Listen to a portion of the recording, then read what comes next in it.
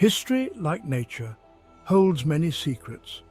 Some remain buried beneath the earth, while others hide in plain sight, obscured by layers of distortion and deception.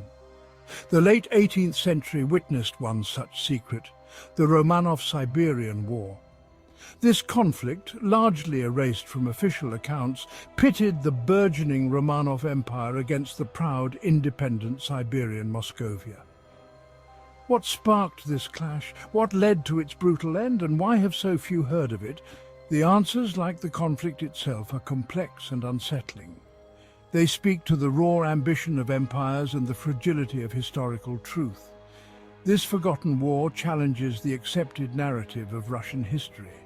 It reveals a struggle for power far more nuanced than typically acknowledged. To understand this conflict, we must delve into the archives, sift through fragmented records, and challenge long-held assumptions. Only then can we begin to uncover the truth of the Romanov-Siberian War and its lasting impact. In the heart of Siberia, nestled along the banks of the Irtysh River, lay the historic city of Tobolsk. This bustling city served as the heart of Siberian Moscovia, a vibrant testament to a proud culture with roots stretching back centuries, filled with lively markets and rich traditions. The Romanovs, however, saw Tobolsk not as a center of culture, but as an obstacle, a prize to be seized in their relentless expansion eastward, driven by their ambition to dominate the region. Their opportunity arrived with whispers of discontent among Siberian nobles, whispers the Romanovs skillfully fanned into flames of rebellion, exploiting the internal strife to their advantage. Sensing an opportunity, the Ottoman Empire, locked in its own struggle for power with the Romanovs, forged an alliance with Tobolsk, hoping to turn the tide in their favor. Ottoman warships sailed up the Volga and Don rivers, eventually reaching the Irtysh and laying siege to the city, their cannons thundering as they sought to break the Romanov hold. This alliance, however, proved short-lived, as internal divisions and the relentless pressure from the Romanovs took their toll. Romanov forces, bolstered by superior numbers and firepower, repelled the Ottoman navy, scattering their ships and crushing the rebellion in Tobolsk, their victory decisive and brutal. This victory, while significant, marked only the beginning of the conflict, a prelude to further struggles and resistance. The true heart of Siberian resistance remained untouched, waiting further east, where the spirit of defiance continued to burn brightly, ready for the next chapter in their fight for freedom. With Tobolsk secured, the might of the Romanov military machine rumbled eastward, its gears grinding with the weight of imperial ambition and the promise of unyielding dominance. Leading this formidable force was Alexander Suvorov, a general whose reputation for ruthlessness and tactical brilliance preceded him, casting a long shadow over the lands he sought to conquer. Suvorov's campaign, however, was no mere quelling of a minor uprising. It was a meticulously planned operation designed to crush any semblance of resistance and assert Romanov supremacy. He faced a disciplined Siberian army, fighting not for a single city, but for their very existence, their homes and their way of life, which they were determined to protect at all costs. Their resistance, fueled by a fierce love for their homeland and a deep mistrust of the Romanov invaders, proved more stubborn than anticipated, turning every village into a fortress of defiance. Suvorov, however, was not a man easily deterred. His resolve was as unyielding as the Siberian winter, and he pressed on with relentless determination. Employing a scorched earth policy, he advanced relentlessly, leaving a trail of devastated villages and shattered lives in his wake, a testament to the brutal efficiency of his methods. His tactics, while undeniably effective, raised troubling questions about the true nature of the conflict.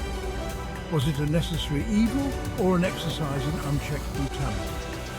Was this a war of liberation, as the Romanovs claimed, or a brutal campaign of conquest designed to crush any trace of Siberian independence and spirit?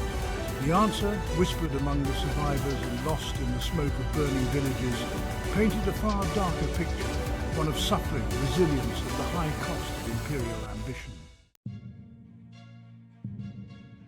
As Suvorov's campaign raged across the vast Russian landscape, a curious and enigmatic figure emerged from the chaos: Yemelyan Pugachev, a charismatic Cossack who boldly claimed to be Tsar Peter III, the rightful heir to the Romanov throne. Pugachev rallied the disaffected and oppressed masses, his rebellion quickly becoming a significant thorn in the side of the Romanov war effort, challenging their authority and control. His eventual capture and public execution in Moscow, however, seemed almost too convenient, too theatrical, raising questions about the true nature of his threat. Could Pugachev, a relatively minor figure in the grand scheme of things, have truly posed such a formidable threat to the powerful Romanov war machine?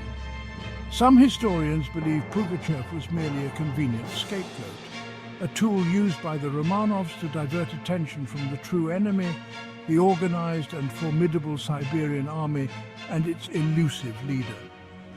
By elevating Pugachev to the status of a major threat, the Romanovs could effectively downplay the scale and significance of the Siberian resistance, which posed a far greater challenge to their rule.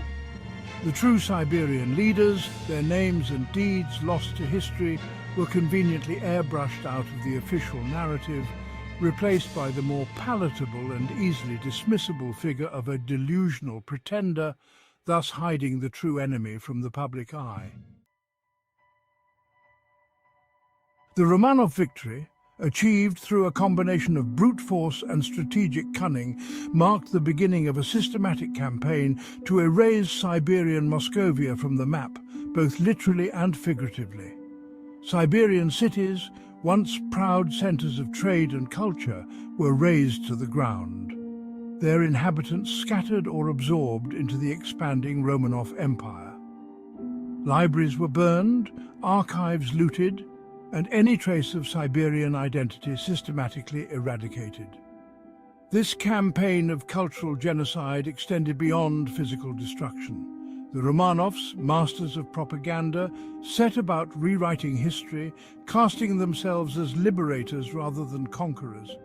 The Siberian people, stripped of their history and identity, were forced to assimilate or disappear entirely. The very memory of Siberian Moscovia, once a vibrant tapestry of culture and tradition, faded into obscurity, known only through whispered stories and fragmented ruins.